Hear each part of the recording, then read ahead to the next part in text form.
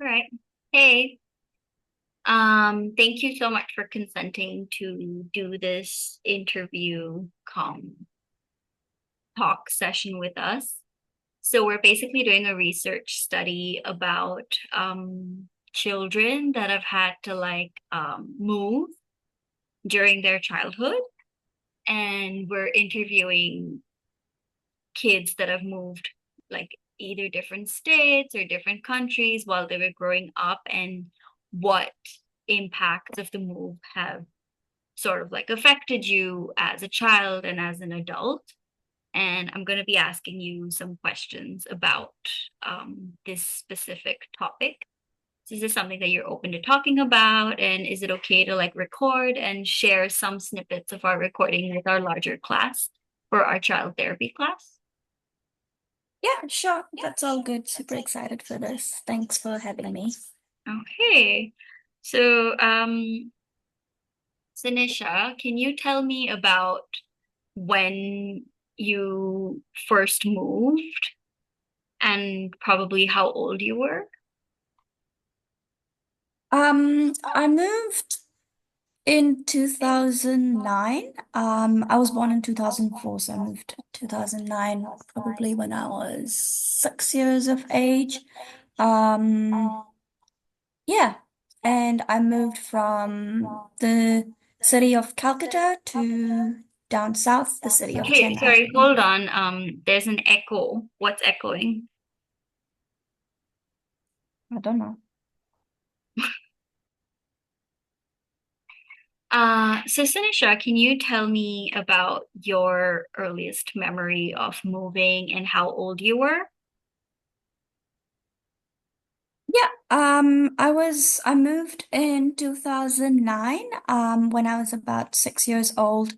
I moved from Calcutta, which was a city up in the n north, kind of the northeastern part of India. And I moved to the southern region in Chennai when I was six. Yeah.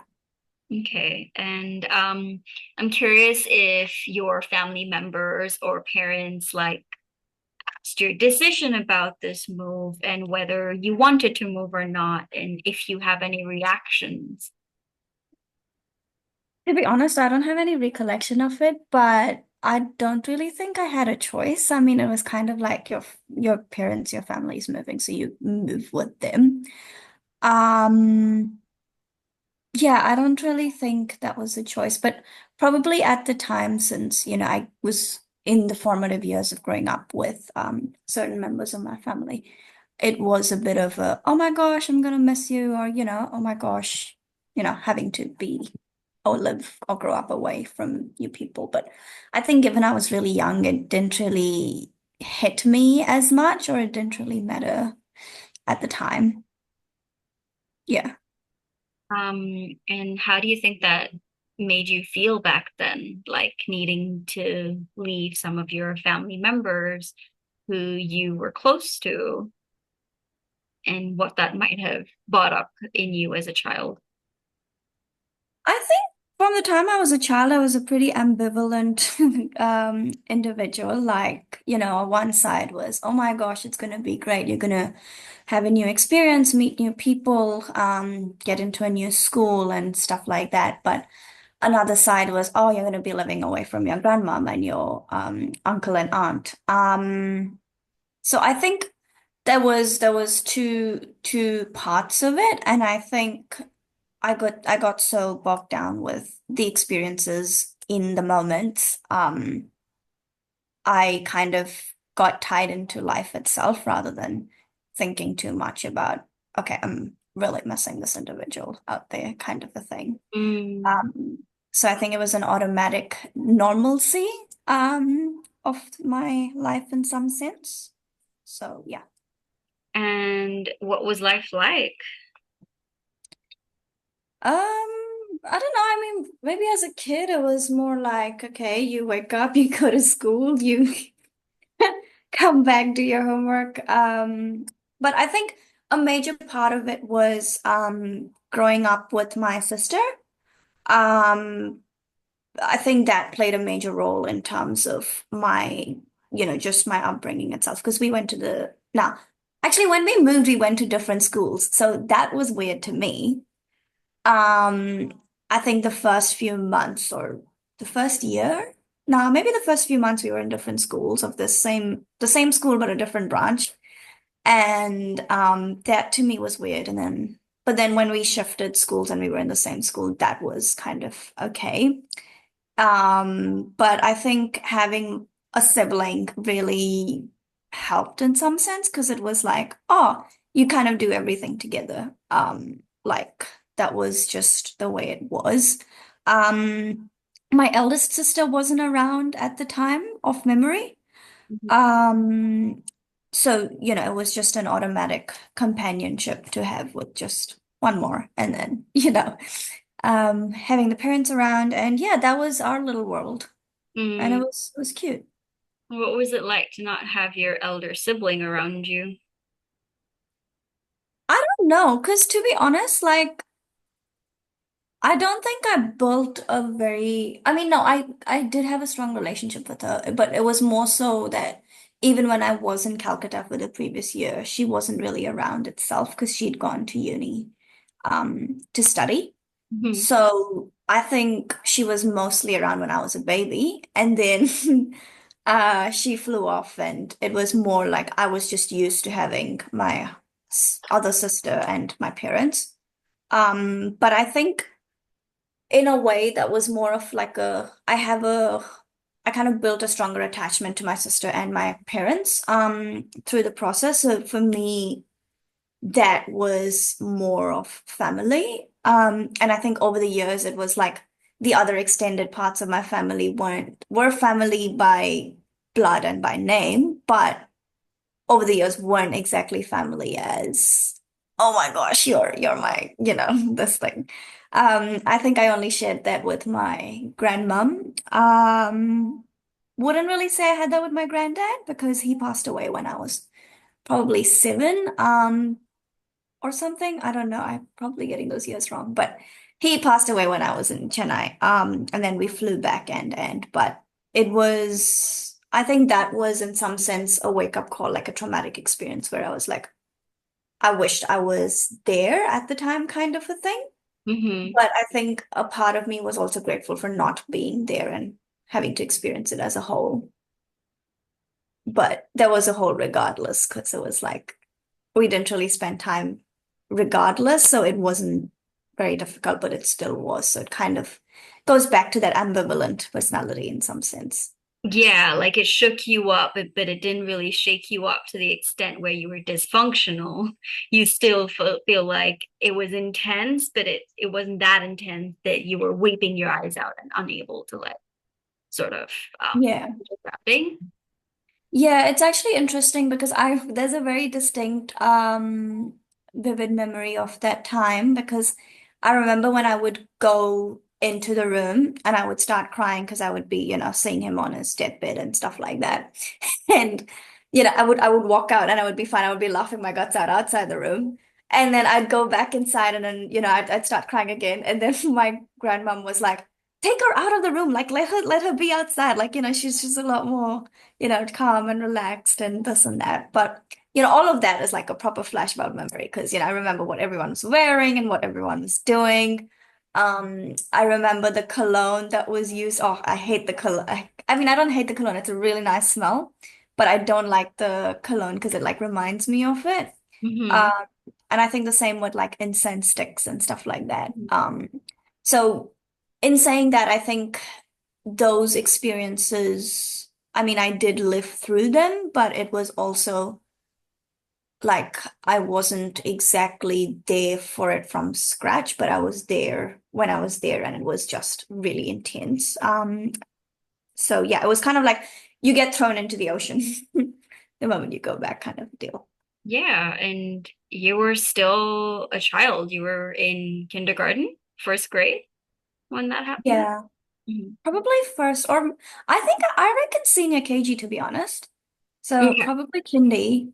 Yeah, that Okay. was the earliest traumatic one. And then, yeah, when my grandmom died, that was more intense because I was a lot more attached and close to her, and I spent a lot more time with her. Mm-hmm. But I'm pretty sure even when my grandpa passed away, like it was for a couple years when even when I moved back to Chennai, I still had, different phases or outbursts. Mm-hmm. Yeah. Well, what was growing up in Chennai like? Like as a kid that newly moved to a new place with new people? Was the language different? What did it feel like to grow up in an unfamiliar environment? I think as a child, you find familiarity Mm. and you embrace unfamiliarity quite a bit. And the reason I say that is because it was kind of like, because I was six, I think language learning was obviously easier for me. So, and I Totally. was really immersed as a whole. So, when we had house help coming in and they would speak in Tamil, and I would be like, oh, cool, like, teach me more. Or, how do you say this? Or, I would show them different objects and be like, what do you call this? Um, so that's a little bit in terms of language. So that wasn't too hard. And fun fact, like my parents still don't know Tamil, and it's been what, 15 years since they've been living there.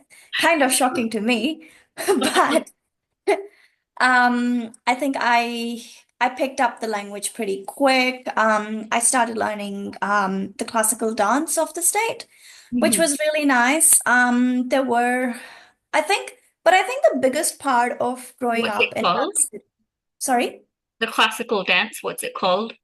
it's called Bharatanatyam. Hmm. But I think growing up in another city, it was interesting because I think it rose to a lot of an identity crisis Hmm. because whenever I went to Calcutta, I would be, oh, I'm from Chennai. But then when I'm in Chennai, I'm like, oh, I'm from Calcutta. And it's hilarious because, if I'm in Chennai and people look at my skin color or they look at the way I speak and they know that I'm not a local, person. And when I go to Calcutta, they're like, she isn't from here. Like firstly, my Bengali is atrocious. Okay. But the other aspect of it is that I I don't know, like I probably don't give that same vibe or I don't haven't had the same, schooling of sorts. So I have different references of sorts. Um, so now that I am in New Zealand, studying over here, it's like when people ask me, where are you from? I'm like, I'm from India. Let's keep it at that. Um, because it's complicated to say where exactly I'm Yeah. from in that context, because, are you someone from where you've been born or from where you've been brought up? And it goes back to the whole nature versus nurture kind of thing. Yeah. But I think asides that, I think growing up it was more so of being immersed in the culture, but while also being constantly reminded of the fact that this is not your local culture. Like this is not your culture. And that embracing was quite challenging in a way. Because sometimes I would be made fun of and within my family of, oh, you're being a South Indian, or you're doing things in a certain way. And sometimes it was like, oh, am I doing something wrong? Or like, should I be embracing something else? Like, maybe I should be learning this, or maybe I should be a lot more connected to American pop culture at the time. Like, for example, my sister, she listened to a lot more English music. And I think So at can you growing specify up, which sister since you have two? the sister I was growing up with, so the second one.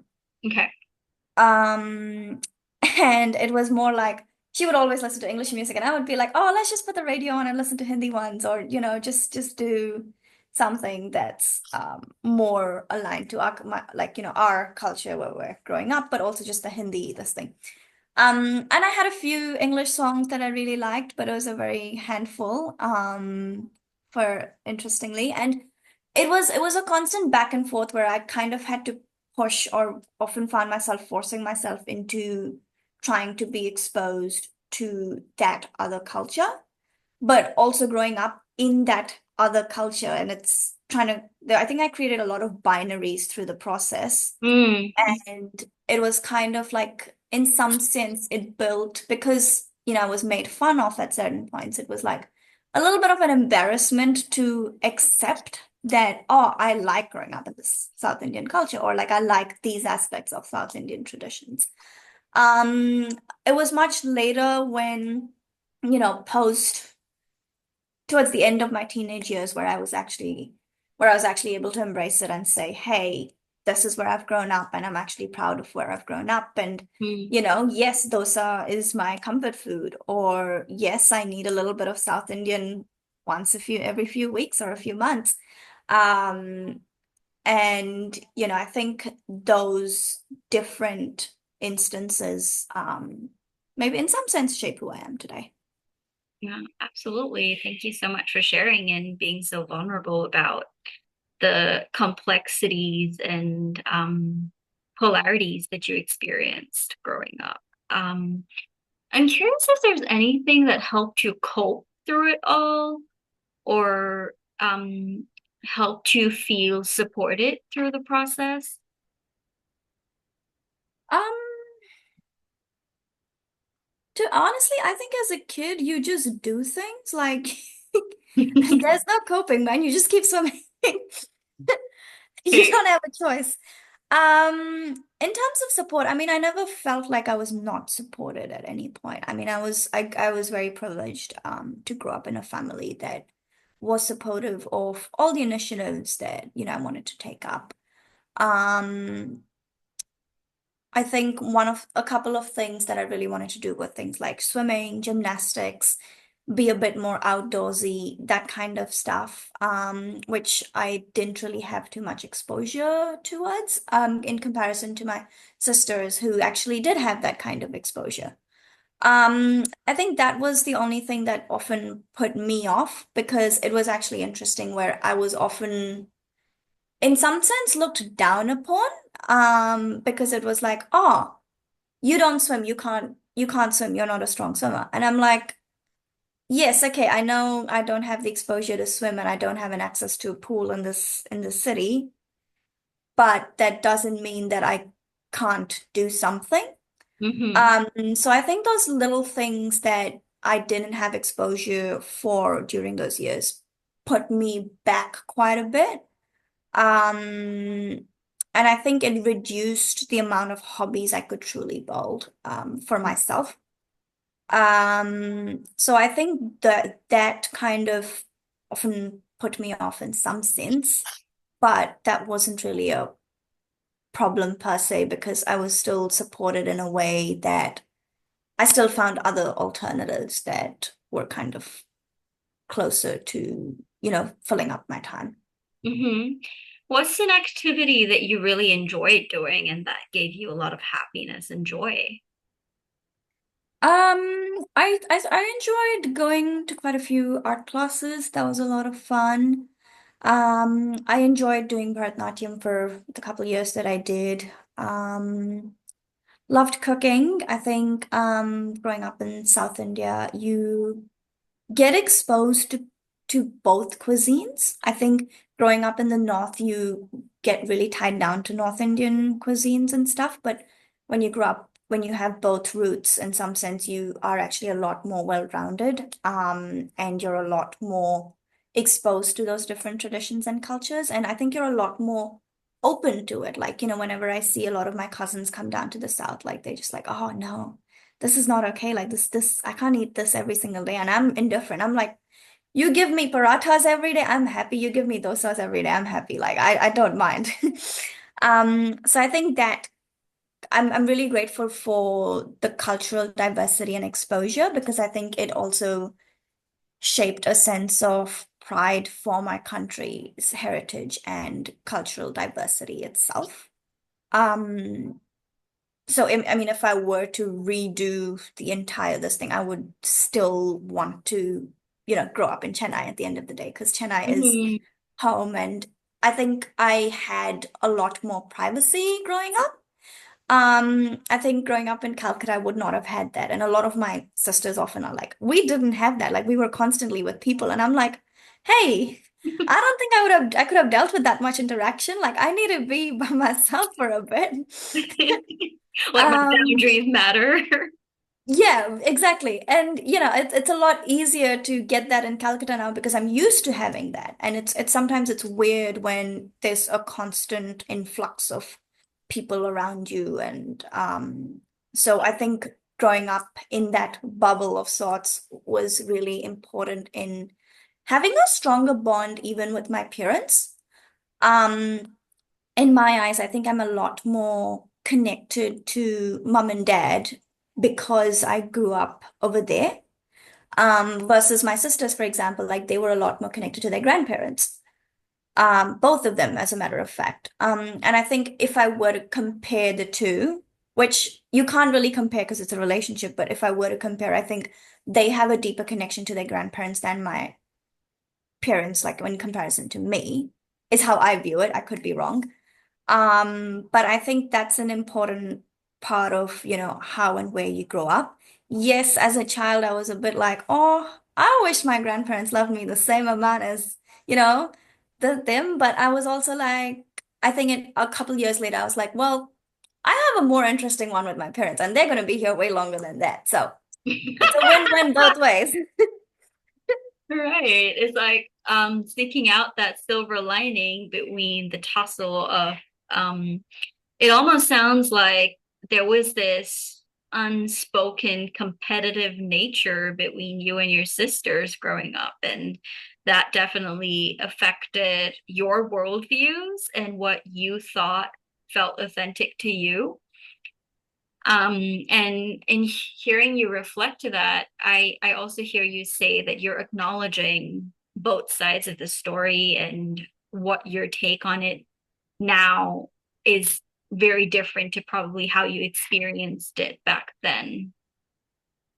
Yeah, I think also because when I grew up in Chennai, I did what? I went to three different schools. And they were all from different kinds of, you know, cultural backgrounds. Like, the first one was a Christian school, the second one was a Hindu school, and the third one was an international school. So, that really honed my, diverse, adaptable personality a lot more as well. Because I think it's not just your family relations when you grow up. It's also, the people you interact with outside of home, the school, the classes you go to, the people on the streets itself. All of that makes a huge difference. Like, I'm probably comfortable talking to anyone on the street today, no matter what the language barrier is, because I struggled. My initial years, I struggled to talk in a certain language that I didn't know. But, I found my way with sign language and, expressions and stuff like that, just non-verbal communicative gestures and stuff, which I think wouldn't have been possible if I grew up in Calcutta. It's very adaptive and resilient of you to sort of pick up these skills and use them growing up, and I'm pretty sure that it's helping as an adult as well.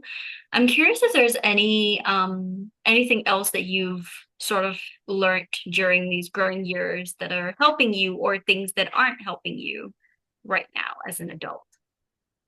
I think definitely appreciation to local culture. Um, and again, connecting back to that adaptability and diversity. Um, Growing up in New Zealand, not growing up, well, technically growing up in New Zealand right now, but being in New Zealand right now and, connecting to different indigenous cultures and learning about different indigenities and, Maori cultures and ways of being, or the island lifestyle or the Kiwi lifestyle. And, we're somehow constantly exposed to the American way of living in some sense, with the dominance of the countries in across the world, and then the Indian side. So I think in some sense, that whole split exposure helped me navigate that a lot more. So now that I'm in a multicultural environment, it's very easy for me to adapt to any culture today. Hmm. Um, and I can relate to a lot of different cultural values and traditions over Mhm. here. And I think a big part of that is also having not been raised religious. So I think that also played a huge role in how I even view culture, in some sense as well. Like it's not just the religious aspect. I think it's just the way of being, like whether you're a laid back lifestyle kind of person or you're a hustle city go girl kind of thing, or you have that balanced lifestyle. So I think it's shaped me for who I am in terms of appreciating other cultures, but also being open and wanting to be part of it. Mhm. And I think overall it's developed me into a person that is happy to not be associated to and tied down to one specific region. Right. Um, yeah. So you like belonging to multiple spaces and being able Yeah. to possess these multiple characteristics within your being. Is there anything that you don't like from this experience of having moved as a child and not having a say? Um, Not having a say, probably not, because I think I'm glad I didn't have a say in some sense. And the reason I say that is because you're you don't have fear as a child, but you still have fear of something new. You know, you still want to stay in your comfort zone, and unless you are uprooted, there's no other way of, you don't know an experience unless you experience it, right? Right. So, and again, connecting back to the privacy stuff, I think I'm glad to be have grown up in my own bubble of sorts. I think I share a deeper connection with my sisters, because of that, with my parents because of that. I've met so many new people through the process. So I think those are aspects where I'm like, I'm glad that I wasn't asked, in some sense. Something I didn't like, I think I would have appreciated to maybe share that same nostalgia that my sisters share a little bit when it comes to the other place with or some of the other people. I think those relationships I really lost on, those family relationships or those extended family friends. I still don't have the same depth and relations that my sisters or my parents do. But I think at the end of the day, like you still find your own standing and grounding with other Mhm. people and who you are actually destined to for a higher purpose.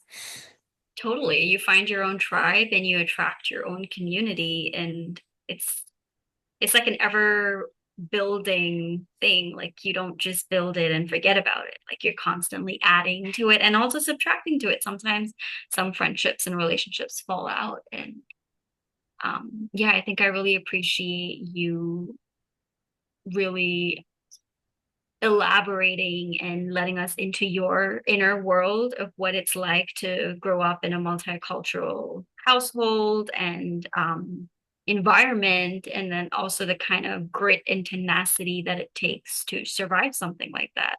I think there's so much that one can learn from your experience in terms of resiliency and how to like let change happen. And of course, there's a lot of fear that comes with change, but also um, sort of use that support that I'm getting to do things in a way that is helpful for me to evolve and to make use of what I have rather than worry about what I don't. And yeah, thank you so much for sharing with us your perspectives on your development as a child and how that's affecting you as a young adult. If there's anything else you'd like to share before we close, um, yeah, the time would be now. No, thank you so much for having me. I hope it was helpful. And I wish you all the best for your future research, and I'm super excited to see what comes out of it. And how, maybe other people have navigated growing up in another environment altogether, because it's lonely, but it's also interesting. Like it's a complete adventure. And yeah, I think it's a fun one. Thank you for sharing and thank you for speaking with us. Yeah.